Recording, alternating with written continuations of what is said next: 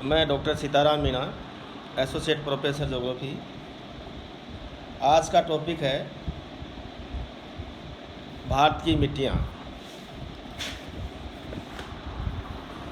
तो सर्वप्रथम लेते हैं कि मिट्टी किसे कहते हैं, मिट्टी की क्या डेफिनेशन है, क्या परिभाषा है।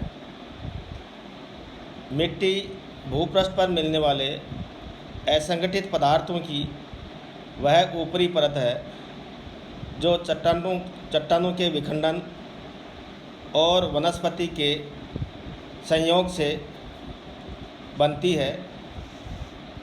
मिट्टी एक अमूल्य संसाधन है जिस पर संसार का समस्त जो जीव जंतु हैं वो इस पर निर्भर हैं।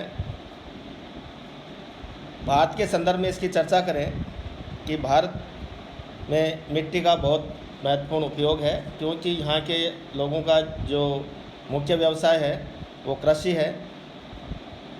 मृदा पृथ्वी की ऊपरी परत है जो पौधों की वृद्धि के लिए प्राकृतिक स्रोत के रूप में पोषक तत्व, जल तथा अन्य खनिज लवण प्रदान करती है।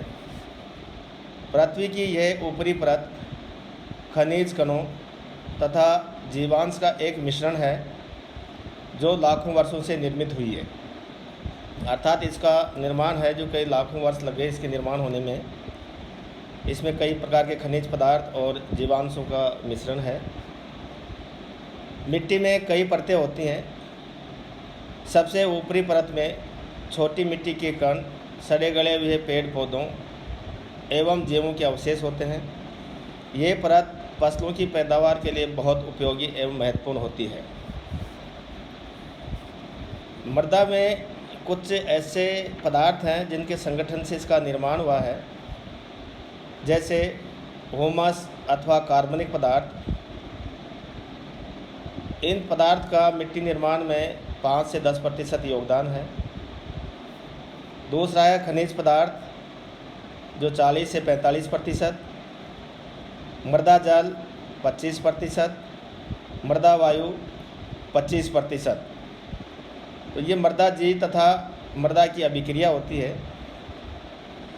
मृदा की दूसरी जो परत है वो महीन कणों की होती है, अर्थात उसको हम चिकनी मिट्टी भी कहते हैं, जिसके नीचे विखंडित चट्टानें एवं मिट्टी का मिश्रण होता है।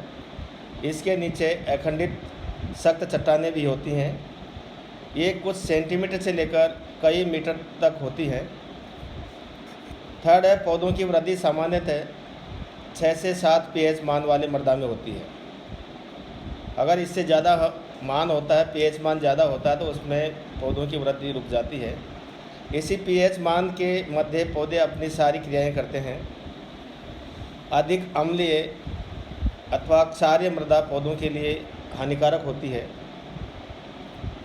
अब लेते हैं कि मृदा की जो परिच्छेदिकाएँ हैं, प्रोफाइल्स हैं, सॉइल प्रोफाइल्स हैं, वो कौन कौन सी हैं, इसके मृदा संस्तर कौन से हैं। पहले लेते हैं स्तर 0, जिसमें ज़मीनी स्तर, ह्यूमस, जैविक सामग्री की प्रचुरता। स्तर A, इसमें ऊपरी मृदा जिसमें कार्बनिक पदार्थ, खनिज और जैविक पदार्थ, पौधों की जड़ें इसी में पाई जाती हैं। स्तर B है, ये भूमि के नीचे की मृदा जिसमें चिकनी व गाद सभी निक्षालित खनिज संग्रहित होते हैं। स्तर C है, ये ऋतुश्रित होती है। इसमें खराब चट्टानें, ये चट्टानें मृदा परिच्छेदिका के नीचे स्थित होती हैं।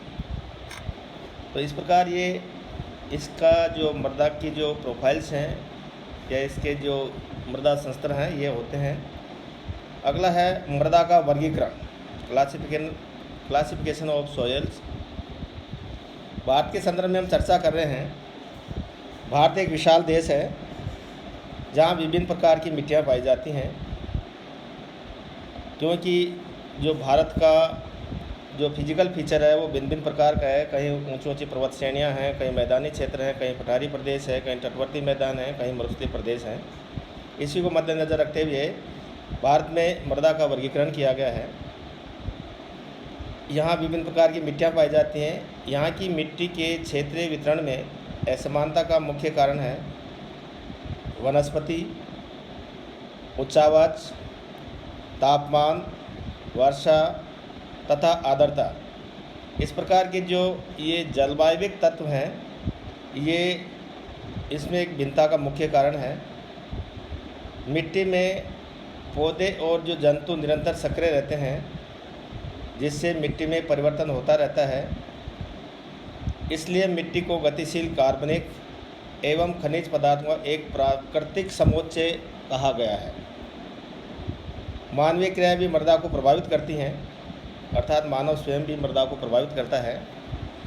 भिन्न भिन्न भौगोलिक वातावरण में भिन्न भिन्न प्रकार की मृदा पाई जाती है। भारत में मृदा की उत्पत्ति और भौगोलिक विस्तार के आधार पर इसका पुनः वर्गीकरण किया गया है।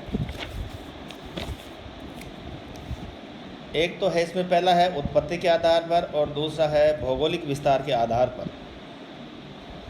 उत्पत्ति के आधार पर जिसमें प्रथम लेते हैं कि स्थानजन्य, अर्थात स्थान विशेष पर, और दूसरा होता है परिवहित मृदा, अर्थात जो बहाकर लाई गई है। स्थानजन्य में है मंडलीय मृदा, इसमें जिसको ये डिविजनल सॉइल्स भी कहते हैं। दूसरे है अंतः मंडलीय मृदा। मंडलीय मृदा में है लाल मृदा और लेटेराइट मृदा। इस मंडलीय जो क्षेत्र है, इसमें लाल प्रकार की मिट्टी और लेटेराइट प्रकार की मिट्टी पाई जाती है। और जो अंतःमंडलीय मृदा है, उसमें काली मिट्टी, पर्वतीय मिट्टी, सैलाइन और अल्काइन मिट्टी और पीट मिट्टी का विकास हुआ है। उत्पत्ति के आधार में इसमें सेकंड लेते हैं कि जो बहा करके लाई गई मृदा है, जो नदियों के द्वारा बहा करके और मैदानी क्षेत्रों में जमा की गई है, उसमें जलोढ़क मिट्टी और मरुस्थलीय मिट्टी है। मरुस्थलीय मिट्टी है जो हवा के द्वारा प्रवाहित होकर के या बहा के या एक स्थान से दूसरे स्थान पर जमा की जाती है।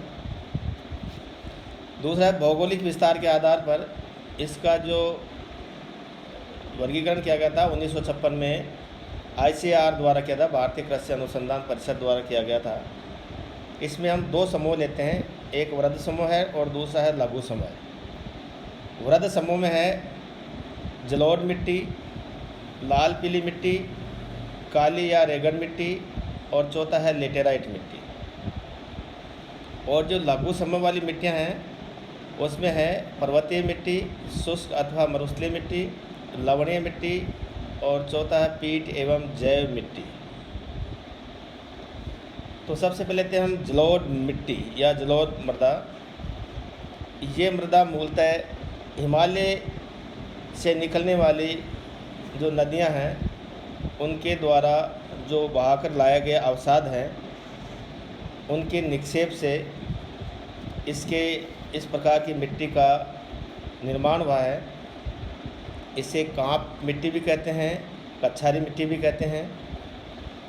भारत के उत्तरी मैदान में जलोढ़ मिट्टी का सर्वाधिक विकास हुआ है, अर्थात जो भी हिमालय से निकलने वाली नदियां हैं, प्रवाहित होने वाली नदियां हैं, वो अपने साथ जो बहा करके लाए गए जो अवसाद है, उनका निक्षेप इस मैदानी क्षेत्र में किया है। इस कारण इस जलोढ़ मिट्टी का यहाँ विकास हुआ है। इसमें दो तरह की ये मिट्टी होती है, पुरातन जलोढ़ और नवीन जलोढ़। इसके अतिरिक्त तटीय मैदान और प्रायद्वीप में भारत के जो नदी बेसिन हैं, अर्थात डेल्टाई भाग है, उसमें भी इस प्रकार की मिट्टी पाई जाती है। विस्तार की दृष्टि से अगर इस पर चर्चा की जाए तो जो जलोढ़ मिट्टी है, ये भारत में लगभग 15 लाख वर्ग किलोमीटर में फैली हुई है या इसका विकास हुआ है।